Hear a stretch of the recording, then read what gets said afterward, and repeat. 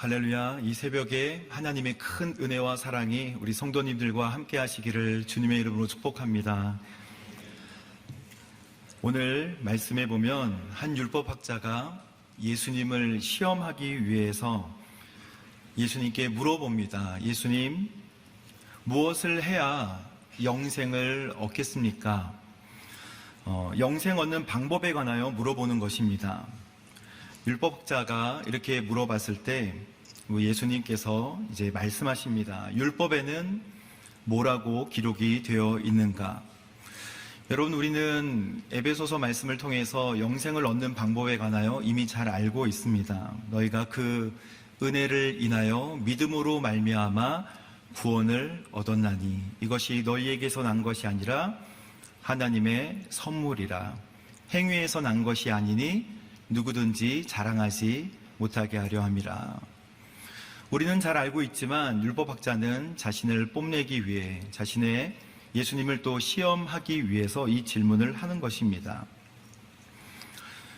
예수님께서 율법에 뭐라고 기록되어 있느냐라고 물으셨을 때 이 율법학자는 아주 분명하고 선명하게 이야기합니다. 신명기 6장에 따라서 마음과 목숨과 힘과 뜻을 다해 하나님을 사랑하고 또 레위기 19장 말씀에 따라서 이웃을 사랑해야 합니다라고 아주 멋지게 대답을 하는 것이죠. 사실 이렇게 율법을 지키면 정말 구원을 받고 영생을 얻을 수가 있을 것입니다. 단 100% 완전하게 믿으면 말이죠. 그래서 율법학자가 꽤 자기가 이 말씀을 너무너무 잘 지키고 있다고 생각했는지, 그러면 예수님, 누가 제 이웃입니까? 우리 29절 말씀을 함께 잠시 읽어보도록 하겠습니다. 시작. 그런데 이 율법학자는 자신이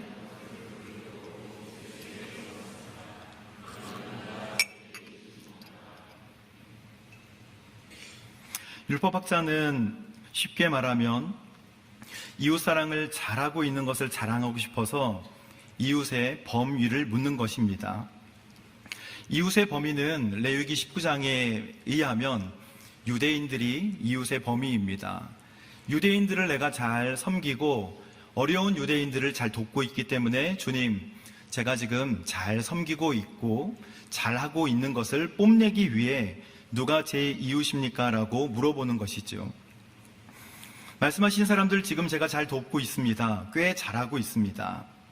이 질문에 예수님께서는 쉬운 비유로 이제 이야기를 시작하시는 것입니다. 31절과 32절 말씀에 보면 마침 한 제사장이 그 길을 내려가는데 그 사람을 보더니 반대쪽으로, 이와 같이 한 레위 사람도 그곳에 이르러 그 사람을 보더니 반대쪽으로 지나갔다. 예수님은 한 사람이 여리고로 가다가 강도를 만났는데 그를 지나친 사람들은 모두 율법을 잘 알고 있던 사람들이었고, 그를 도운 사람은 오히려 율법에서 말하는 사랑의 대상에서 벗어난 사람이라는 이야기로 오늘 가르침을 주고 계시는 것입니다. 제사장과 레위인이 반대쪽으로 간 것은 분명히 정결법 때문일 가능성이 높습니다. 그래서 민수기 19장의 정결법에 의하면 시체와 접촉하면 성소의 직무 수행이 어렵기 때문에 레위인도 성전에서 순번을 정해 직무를 수행했는데 부정해지는 순간에 봉사의 자격을 잃기 때문에 피해갔고, 또 율법적으로는 피해간 것이 전혀 문제가 없었습니다. 그리고 일상으로는 나무랄 것이 하나도 없었죠. 그런데 예수님의 가르침은 이것입니다. 누가 이웃이 되었냐는 거예요. 율법학자는 범위를 물었지만 예수님은 태도에 관하여 말씀하십니다. 자녀에게 아주 쉽게 이야기하듯이 설명하자면 이런 것입니다. 아빠, 어떤 친구를 사귀어야 하나요? 라고 물었을 때 너가 먼저 좋은 친구가 되라 라고 이야기하는 것이에요. 쉽게 말하면 너가 좋은 이웃이 돼야 한다고 말씀하고 계시는 것입니다. 좋은 친구를 찾는 것도 중요하지만 좋은 친구가 되는 것이 하나님께서 원하시는 것이라는 것입니다. 사람들은 율법의 범위에 관심이 있지만 예수님은 율법의 목적을 가르쳐 주시는 것입니다. 우리 안에서 은혜가 사라지게 되면 경계와 범위가 굉장히 중요해지죠. 누가 도와야 할 사람이냐, 어디까지가 도와야 될 경계인가가 중요한 내용이 됩니다. 예수님은 오늘 이웃의 경계를 뛰어넘어서 사랑을 실천해야 된다고 말씀을 우리에게 하고 계시는 것입니다. 선한 그리스도인을 찾습니다라는 우리 이재호 목사님의 책에서 이렇게 말씀하고 있습니다. 그리스도인들은 믿는 것에 그쳐서는 안 되고 되는 것으로 나아가야 된다고 말씀하셨습니다. 이웃이 누구인지 몰라서 사랑 못하는 것이 아니고 사랑하려고 하는 마음의 태도가 없기 때문에 이웃이 보이지 않는 것이라고 말씀하셨죠. 도울 수 있는 사람이 가까이 있다면 그 사람이 바로 이웃이라는 것입니다. 마태복음 25장에 주님께서 지극히 작은 자, 소자가 그 소자를 돕는 것이 곧 나를 돕는 것이라 라고 하신 말씀이 바로 이런 뜻입니다. 예전에 서빙고에서 제가 새사람 사역, 우리 교도소 사역을 많이 했었는데 우리 안에 그룹의 고민과 갈등이 그것이었습니다. 그분들이 출소하게 되면 우리 교회의 일원이 될 수 있겠는가? 우리 공동체의 어느 순에 들어와서 신앙생활을 잘 할 수 있겠는가 였습니다. 토론을 많이 하고 아무리 이야기를 많이 해도 우리 공동체는 좀 어려울 것 같다. 우리 순회는 좀 어려울 것 같다가 결론이었습니다. 어떻게 그들을 받아들일 수 있을 것인가? 복역을 다 마치고 형기를 다 마치고 나왔는데도 불구하고 우리가 받기 어렵다는 것입니다. 그래서 굉장히 갈등에 빠지고 어려움을 호소했던 적들이 있습니다. 그때 만났던 그 청년이, 교도소에 있던 청년이 오랜 시간이 지나서 우리 서빙고 본당 로비에, 교회 로비에 왔을 때 반갑게 만나러 인사하러 와서 같이 악수를 하는데 너무너무 반가웠지만 제가 이제 어디로 가면 될까요? 할 때 소개해 주기가 굉장히 어려웠습니다. 보이지 않는데 경계가 있는 것이죠. 마태복음 5장에 보면 예수님은 산상수훈을 통해서 우리에게 이미 소금과 빛이라고 말씀하셨습니다. 그런데 주의해야 할 것은 맛을 잃은 소금도 있다는 것입니다. 그리고 또 가려진 빛도 있다는 것이에요. 본질을 잃은 신앙생활이 있다는 것입니다. 그래서 예수님은 마태복음 5장 16절에 이와 같이 너희도 너희의 빛을 사람들에게 비추라. 그래서 그들이 너희의 선한 행실을 보고 하늘에 계신 우리 아버지께 영광을 돌리게 하라라고 말씀하시면서 다시 한번 경계를 뛰어넘는 사랑을 말씀하고 계시는 것입니다. 마태복음 5장 46절에서 47절 말씀을 보면 너희를 사랑해주는 사람만 사랑한다면 도대체 무슨 상이 있겠느냐? 셀이라도 그 정도는 하지 않느냐? 형제에게만 인사한다면 남보다 나을 것이 무엇이겠느냐? 이방 사람도 그 정도는 하지 않느냐? 사랑스러운 사람들을 보면 그냥 사랑스럽죠. 사랑할 수 있죠. 그러나 사랑하기 어려운 사람들을 사랑하기는 힘든 것입니다. 세상 사람들도 다 본인이 원하는 사람들은 사랑하게 되는 것이죠. 그래서 주님은 48절에 그러므로 하늘에 계신 너희 아버지가 온전하신 것 같이 너희도 온전해야 한다라고 말씀하시면서 우리에게 흠이 없으라고 이야기하시는 게 아니라 하나님의 사랑의 방식, 그 방식을 너희들도 따라야 한다라고 말씀을 하시고 계시는 것입니다. 1894년에 서울에 장티푸스가 창궐을 했다고 합니다. 그런데 을지로, 지금으로 옛날 이름으로 곤당골이라고 불리우는 을지로에 박성춘이라는 사람, 백정이 살고 있었다고 해요. 근데 이 백정은 박가라고 불렸다고 합니다. 백정들은 이름이 없어서 그냥 박가라고, 사람 대접을 못 받고 호적에도 올리기 어려웠던 사람들이었다고 합니다. 근데 이 박가가, 이 박성춘이라는 사람이 죽을 병에 걸렸고 아무리 무당을 불러도 낫지 않자 그의 아들이 무어 선교사님에게 부탁을 해서 에비슨 선교사님, 캐나다 의사 출신의 재중원으로 오셨던 이 에비슨 선교사님을 요청하게 되었습니다.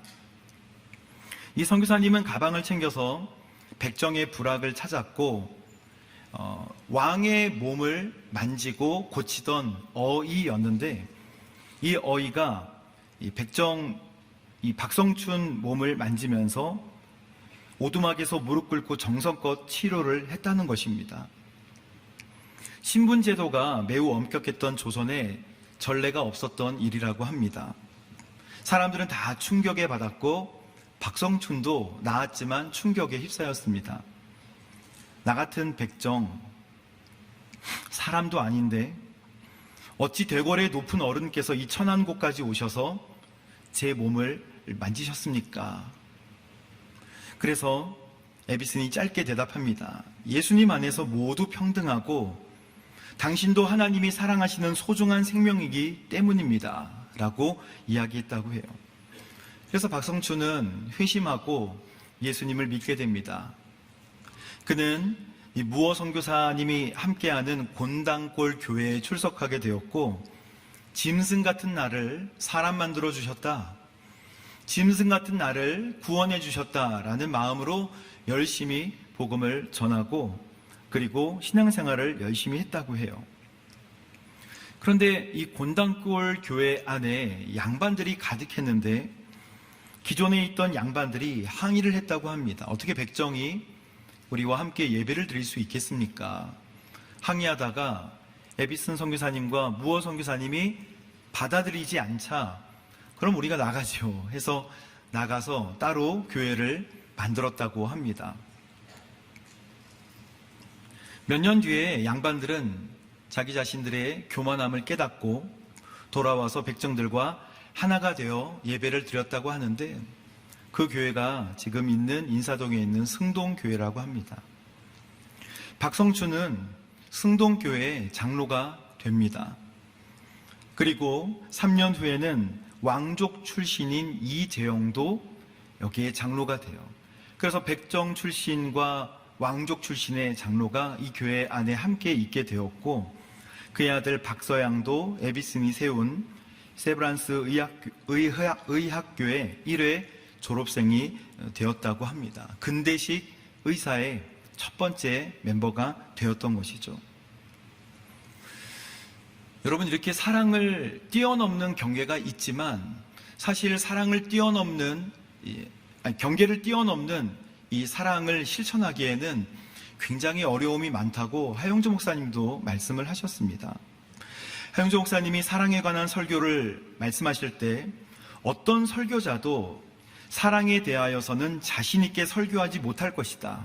왜냐하면 제일 먼저 이 설교를 들어야 할 사람이 바로 너다라고 성령님께서 말씀하시는 것 같기 때문이라는 거예요. 사랑에 대해 설교하려고 하면, 어떤 경계를 넘는 것에 관하여 설교하려고 하면 그 경계를 넘지 못하고 사랑하지 못하는 자기 자신을 발견하게 되고 시험에 들기 쉽다는 것입니다. 그런 고충을 적어 놓으셨어요. 그러면 어떻게 우리의 삶에서 경계를 넘어서 주님께서 가르쳐 주신 사랑을 할 수 있을까요?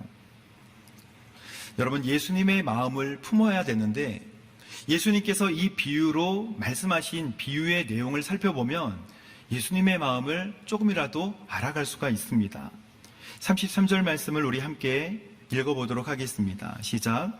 그러나 어떤 사마리아 사람은 그 사람이 있는 곳에 이르러 그를 보고 불쌍한 마음이 들어. 예수님께서 어떤 병을 고치시거나 또는 살리실 때 어떤 대상을 보고 빠짐없이 하시는 말씀이 있습니다. 그것은 보시고 그리고 불쌍히 여기셨다는 거예요. 보시고 불쌍히 여기셨다. 보는 데는 세 가지가 있습니다. 헬라어에 본다고 하는 말은 한 세 가지 정도가 있는데, 처음엔 블레포, 그건 그냥 인식하는 거예요. 아, 나무가 있구나, 사람이 있구나. 근데 두 번째는 테오레오라는 말이 있는데, 이것은 관찰하는 거예요. 그 사람에 관하여 유심히 관찰하는 것입니다. 그런데 세 번째 에이덴이라고 하는 단어는 그 사람의 마음속 깊은 곳을 공감하는 거예요. 예수님께서 이 비유로 설명하셨을 때 어떤 사마리아 사람이 길을 가다가 그를 보고 불쌍한 마음이 들어 라고 할 때 사용하셨던 단어는 에이덴이에요. 그 사람을 깊이 관찰하고 그 마음속을 들여다보고, 주님께서는 그냥 보지 말라는 거예요. 잘 보라는 것입니다. 그리고 불쌍한 마음이 들어, 이것도 예수님의 마음이에요. 그냥 참 안 됐구나, 참 아프겠다, 이 정도가 아닙니다. 이 불쌍한 마음이 들어 라고 하는 단어는 스플랑크니조마이, 스플랑크는 내장을 뜻하는 것입니다. 고대인들은 내장에서 마음이 나온다고 생각했어요. 근데 이 단어는, 불쌍히 여겨라고 하는 단어는 창자가 뒤틀리고 끊어질 것 같은 극심한 고통을 이야기하는 것입니다. 창자가 끊어지고 비틀리는 고통. 그래서 예수님께서 비유로 드실 때 불쌍히 보고, 불쌍히 여기는 마음으로 보고 했을 때 그냥 보는 게 아니라 이 마음이 뒤틀어지듯이 간절한 마음으로 보는 거예요. 제가 어제 아내에게 참 예수님께서는 불쌍히 보시고 라고 하는 단어를 이런 의미로 사용하셨어 라고 하니까 아내가 그럼 나를 좀 불쌍히 봐달라고, 그리고 이제 순댓국 먹으러 가자고. 주님께서 보고 불쌍히 여기고 고쳐주시니라, 이것은 주님의 패턴입니다. 주님께서는 보시고 불쌍히 여기시고 고쳐주셨다. 죄도 마찬가지입니다. 죄도 그것을 직시하고 떠나지 않으면, 보면 그것이 마음에 심기고 마음에서 열매가 맺히는 거예요. 시간이 걸립니다. 선한 일도, 주님께서 말씀하시는 일도 시간이 걸려요. 봐야 된다는 거예요. 그리고 그것을 마음에 심어야 되고 불쌍히 여기고 그 다음에 주님께서 말씀하시는 능력이 나가는 것입니다. 어떻게 실천하면 좋을까요?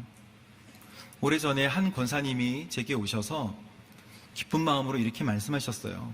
목사님, 우연히 5만 원이 생겨가지고 이거를 빵을 많이 사가지고 오는 노숙자에게 나눠줬어요.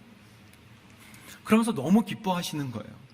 그 기뻐하는 마음, 그 감사하는 마음, 보람 있는 마음을 막 기쁘게 말씀하시는 거예요. 그랬어요. 아직도 그게 기억이 납니다. 그러면서 너무 좋아하시고 순장 우리 모임에 같이 오셔서 열심히 또 가르치시고 배우시고. 맞습니다. 실제로 나누면, 실제로 말씀을 실천하면 그 말씀이 깊이 이해가 되는 거예요. 실제로 말씀을 깊이 이해하려면 그 말씀대로 살아내는 것이 깊이 이해하는 것입니다. 전도를 하면 내가 알고 있던 복음이 분명해집니다. 전도를 안 하면 흐려지지만 전도를 하고 복음을 이야기하기 시작하면 내가 알고 있던 복음이 너무너무나 분명해지는 것이죠. 전도지를 가지고 여러분 불신자에게 한번 가보십시오. 불신자가 다 알아챕니다. 전도지를 가지고 가는 순간부터 허이 이러면서 벌써 오지 말라고, 전도하는 거 느낌으로 알고.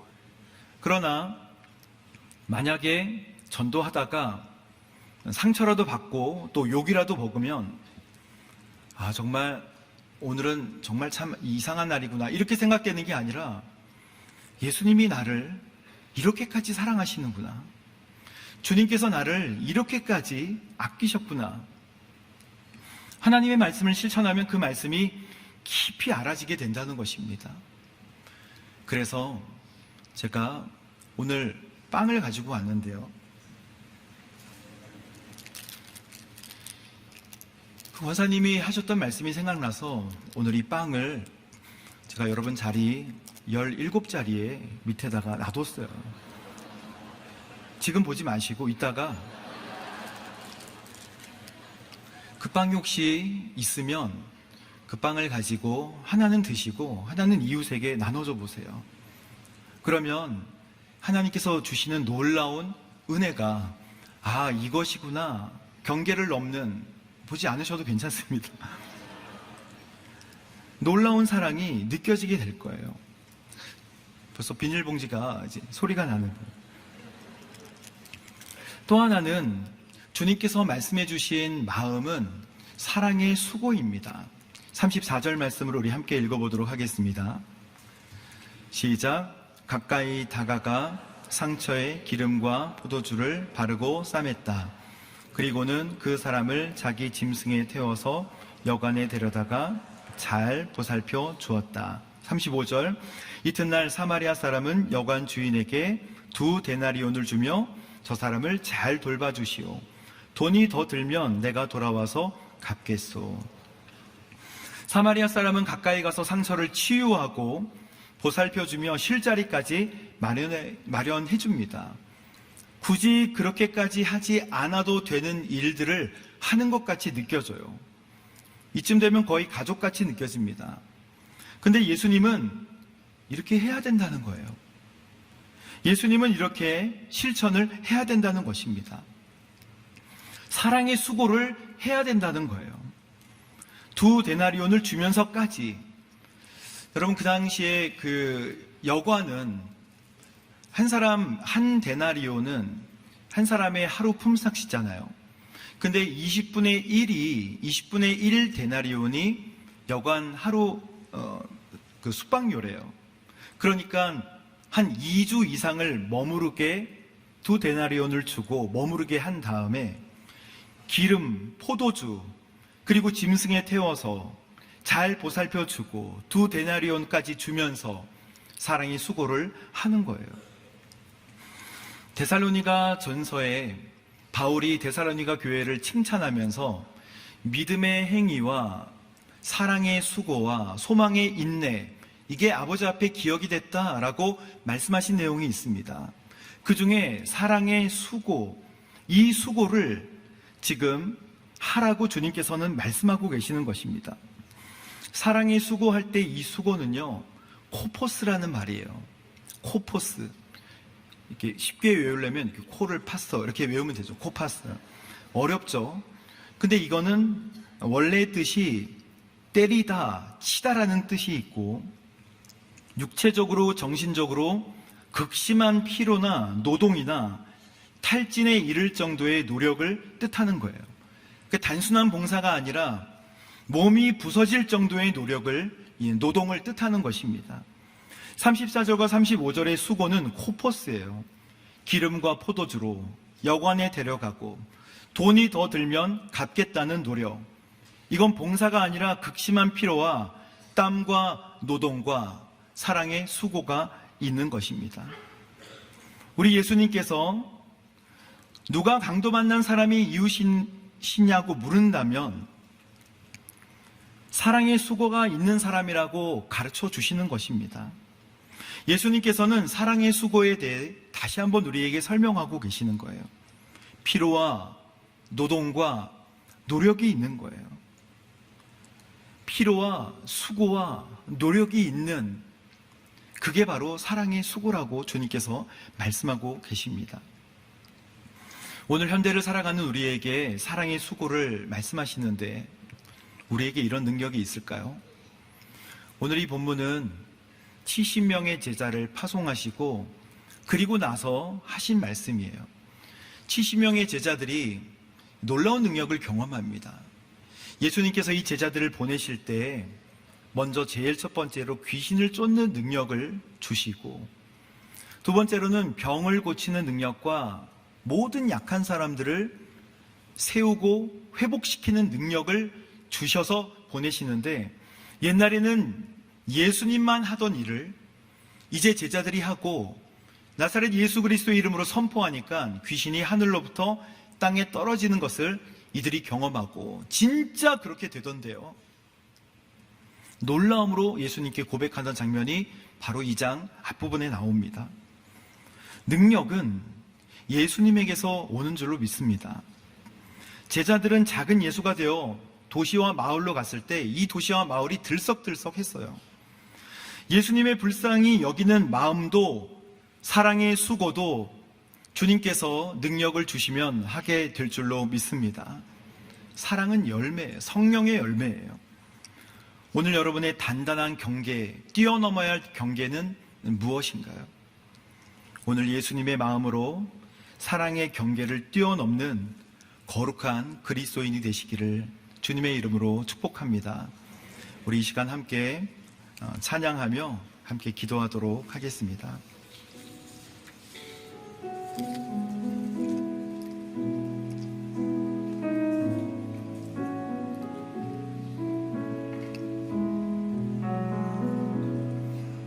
주 선한 능력으로 안으시네 그 크신 팔로 날 붙드시네 절망 속에도 흔들리지 않고 사랑하는 주 얼굴 선한 능력으로 일어서리 주만을 의지하리 믿음으로 우리 고대 안에 주 오실 그날 영광의 새날을 맞이하리 주님이 마신 고난에 쓴 자들 우리도 감사하며 받으리 주님의 남은 고난 채워가며 예수와 복음 위에 살리라 선한 능력으로 일어서리 주만 의지하리 믿음으로 우리 고대 안에 주 오실 그날 영광의 새날을 맞이하리 선한 능력으로 일어서리 주만 의지하리 믿음으로 우리 고대 안에 주 오실 그날 영광의 새날을 맞이하리 이 시간 말씀에 의지하여 함께 기도합니다. 하나님, 우리가 외면했던 사람들을 이제 주님의 눈으로 볼 수 있도록 인도하여 주옵소서. 그리고 예수님과 같이 좋은 이웃이 될 수 있도록 주님, 경계를 뛰어넘는 사랑을 우리에게 실천할 수 있도록 주님 인도하여 주옵소서.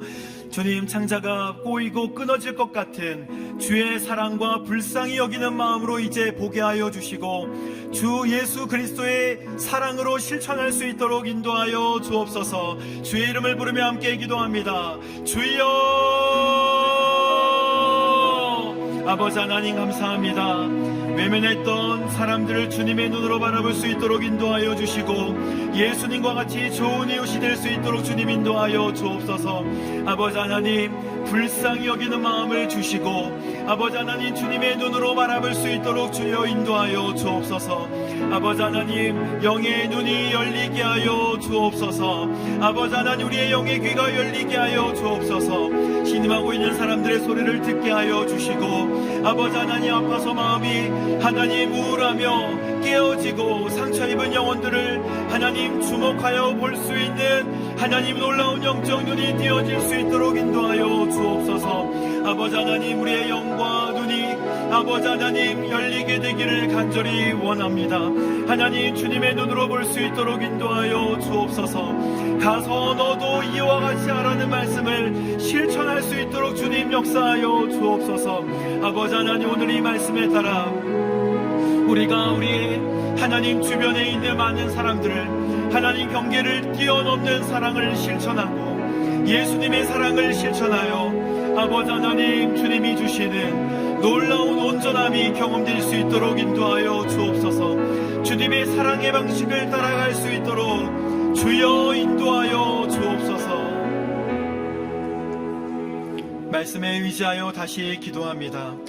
사랑의 수고를, 피로를 감수하고 탈진을 각오하는 사랑이 주님 이전까지는 도전되지 않고 용기도 없었지만 이제 은혜로 감당할 수 있는 용기와 도전이 있게 되기를 주님 간절히 원합니다. 그냥 불쌍히 여기는 마음 말고 진심으로, 그리고 주님 은혜로 감당할 수 있도록 피로와 수고와 주님 노력을 하나님 우리가 할 수 있도록 주님 인도하여 주시고, 탈진을 각오하는 예수님의 사랑을 비유로 주신 그 사랑을 실천할 수 있도록 주여 우리의 마음과 생각을 변화시켜 주옵소서. 이 시간 주의 이름을 부르며 다시 한번 기도합니다. 주여, 아버지 하나님, 우리의 사랑의 방법이 바뀔 수 있도록 인도하여 주십시오. 주께서 성령을 주시면 바뀌어질 줄로 믿습니다. 주께서 능력 주시면 사랑도 바뀌어지게 될 줄로 믿습니다. 피로를 감수하고 탈진을 각오하는 사랑으로 하나님 우리가 바뀌어질 수 있도록 주님 인도하여 주옵소서. 은혜의 자리를 기억할 수 있도록 주님 인도하여 주옵소서. 놀랍게 역사하여 주시기를 간절히 원합니다.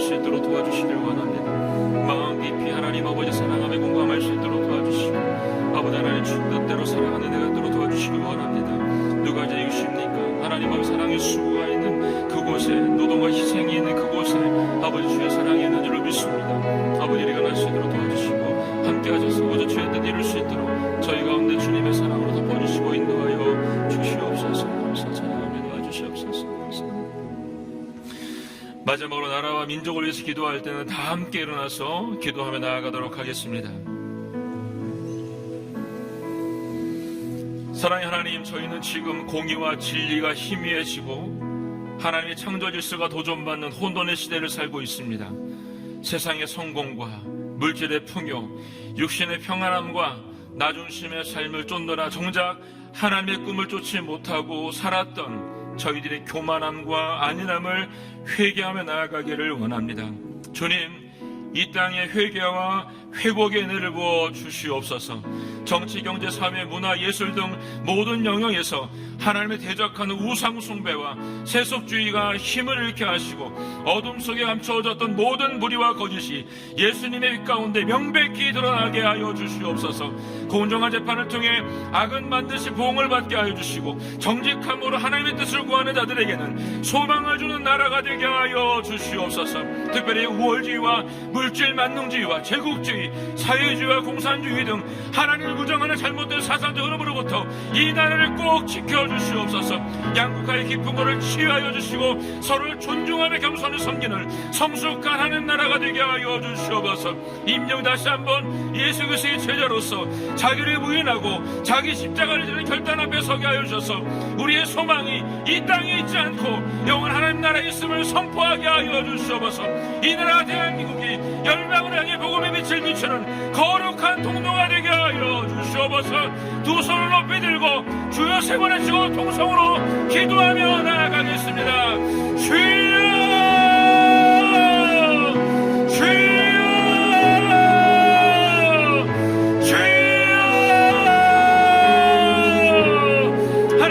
하나님 아버지, 이 땅을 주님의 손으로 올려드립니다.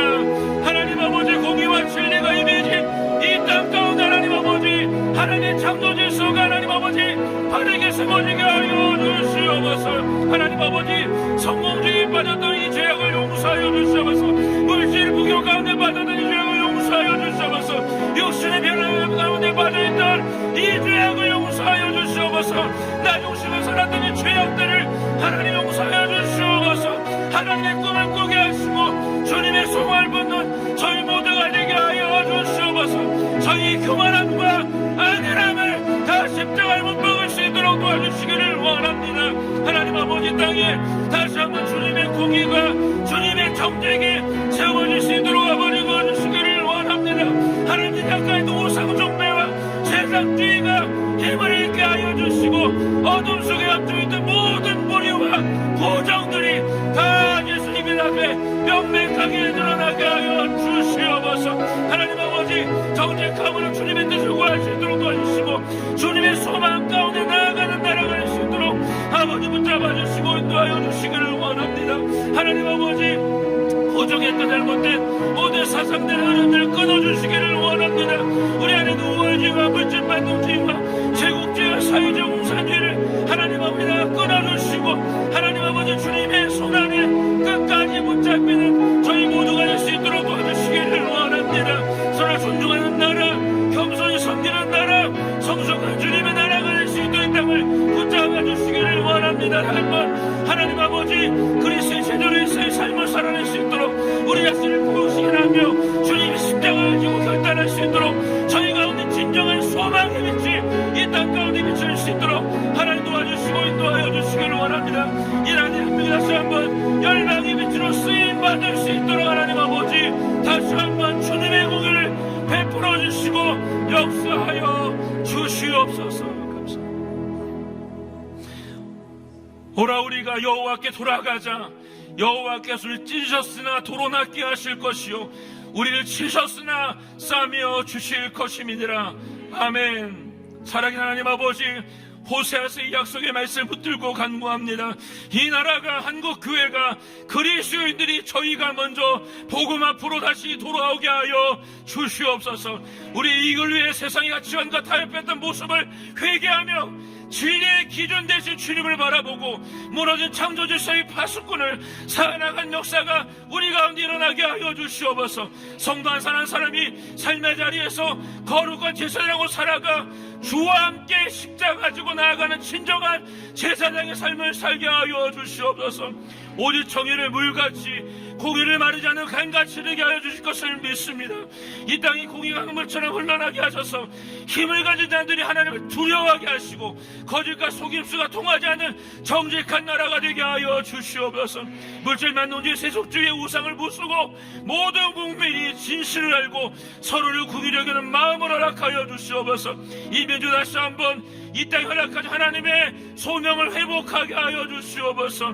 우리가 품었어야 될 꿈의 세상의 성공이 아니라 하나님의 뜻이 이 땅에 이루어지는 것을 믿고 다시 한번 깨닫는 역사가 오늘 이 새벽에 일어나게 하여 주시고 우리를 철저히 회개케 하시고 거룩한 제사의 나로 열방 가운데 부르신 주님의 통로로 살아갈 수 있도록 저희를 쥐어 붙잡아 주시옵소서. 오늘 말씀 전하는 아버지, 강로 만난 자의 이웃이 되기 위해서 사마리아인이 자신의 모든 것들을 내어놓았던 것처럼, 하나님 아버지 자비를 베풀었던 것처럼 너도 이와 같이 행하라는 주님의 음성 앞에 아버지 순종하는, 나의 것을 모두 내려놓으며 사랑의 수고를 아끼지 않는 제자의 삶을 살게 하여 주시옵소서. 이제는 우리 예수 그리스도의 은혜와 하나님 아버지 변함의 사랑과 성령님의 역사하심이 너도 이와 같이 행하라는 주님의 음성에 순종하며 나아가게 결단하는 이 자리에 머리 숙인 주님의 성도님들 머리 위에 평상에도 지금 예배하고 있는 환우들과 이 나라와 이 민족과 선교사님들 가운데에 이제로부터 영원까지 함께 하시기를 간절히 축원하옵나이다. 아멘.